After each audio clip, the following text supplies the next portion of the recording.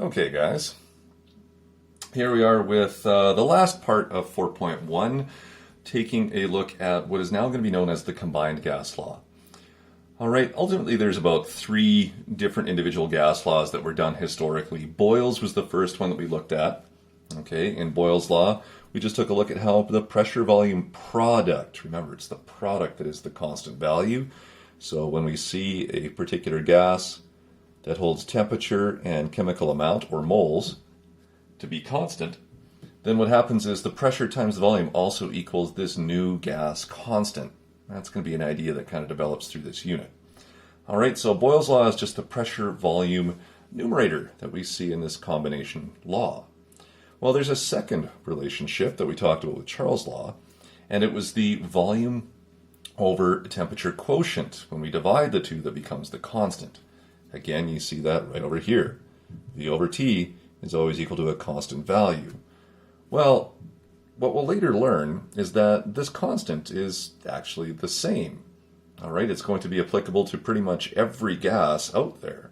So if these two things are the same, then it means we can make a combination of these two things, and you'll see the elements of.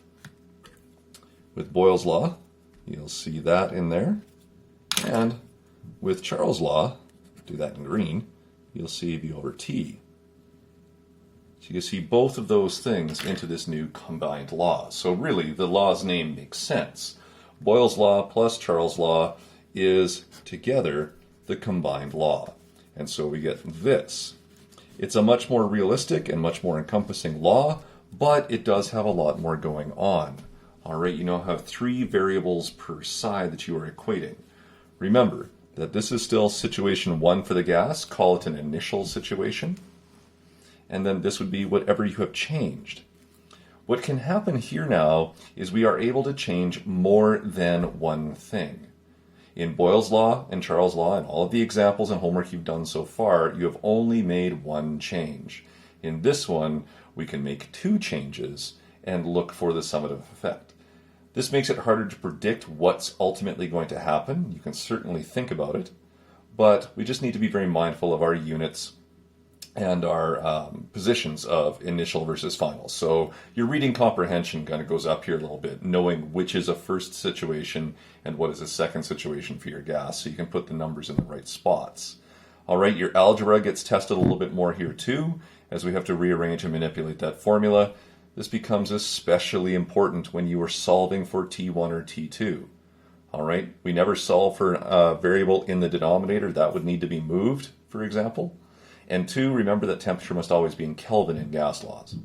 Okay, so let's get right into some examples here, see how it goes, and yeah, we'll see if we get any questions coming back from you guys. So, read this one. We have a 500 ml sample of Freon gas. This is the refrigerant, an old refrigerant in your freezers, AC units, and stuff like that. 500 ml sample of it is at 1.8 atmospheres and 30 degrees C. It's then compressed to 100 mils and 10 atmospheres. So you can see that this was your initial situation for these values. This is your new situation, there's parts 2, and you were looking for the final temperature. So I like to do my rearrangement, my algebra with the variables first. It's just something I picked up as a physics teacher years ago. Just makes it a little bit easier for me. And then I like to put in my numbers and my units. So let's see what happens to our formula. We are solving for T2. All right. So P1 V1 over T1 is equal to P2 V2 over T2. I need to solve for this guy. Well, big danger. We never ever solve for the denominator of a given fraction. We want to solve for these variables as numerators. So easiest thing to do is multiply both sides by T2 and put it in the right spot. Okay? Therefore, T2 is now a numerator. It's a whole number like I might expect. It's just going to work out the way that our calculator and our algebra rules in math want us to express certain values. If that doesn't make any sense, think of it this way. In math class, when you're asked to solve an algebra problem, do you solve for x or do you solve for 1 over x? All right, we usually want to solve for x, something in that numerator spot. Now I just need to move everything else over. So right now, if I rewrite my formula, I have T2 times P1 times V1 all over T1 is equal to P2 times V2. I know, lots of letters and numbers. You just have to get T2 by itself now. Remember, if I'm dividing T1 to cancel that out, I would multiply by T1 and do that to both sides. I also am multiplying P1 and V1 by T2. I don't want that anymore, so why don't I divide by P1 times V1? And I can put that over here. Whatever I do to one side, I do to the other. Remember those algebra rules? There we go. T2 is now by itself. That took a little bit of effort to get to, but if I'm going to have a more realistic law,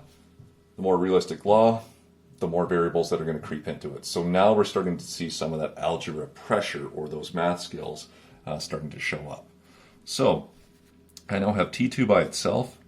If I look at my overall numerator, I'm going to put some brackets in to remind myself that I have to put or do this calculation first and divide by all of this. Plunk in your numbers. So pressure 2 was 10 atmospheres. Include your units, guys. It is helpful here because there's certain things that have to stay the same in Boyle's, Charles, and the combined law. We also have volume 2, which was 100 mils. And we have temperature 1, which is 30 degrees C. Can I use 30 degrees C? No, I can't. I have to convert that to Kelvin. So 273 plus 30 gives me 303 Kelvin. All right, there's something to be mindful of. All of that is going to be divided by P1, V1. And if you take a look at P1, it was 1.80 atmospheres. And V1 was 500 mils. Before I would ever plunk this into my calculator, I would always do a double check.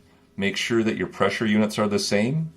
In this law, just like Boyle's and Charles, it doesn't matter what pressure unit you use, so long as it's the same on both sides, because you're trying to cancel out those units. Again, the same thing is true for your volume unit. All right, it can be any volume unit you like, but it just has to be the same, so it can cancel. Temperature must be in Kelvin, so I did have to convert that one. If I run this through my calculator, in this case, you get something approximately 337 K. I ran myself out of room, so I'm just going to go to my calculator corrected rounded answer there. But temperature 2 here is 337. It was 303, so the temperature did increase. First example out of the way, hopefully not too bad. All right, in the next part of the lesson here, I'm going to go through examples 2, 3, and 4, hopefully all in one video, and then there'll be a small homework assignment that you can do, and that finishes 4.1. Lots was happening here in 4.1. We did go through 3 laws and 2 different sets of conversions on temperature and pressures. All right, the next parts of the unit will become a little bit smaller and much more manageable. So we got the beast out of the way here with 4.1. Let's just get the next video queued up here and get through the rest of the examples for you. You might wish to try example number 2, see if you can solve it on your own using example number 1 and what we've talked about before you look at the next video. Compare your work and see how it went. All right, good luck to you guys. We'll see you in the very next video.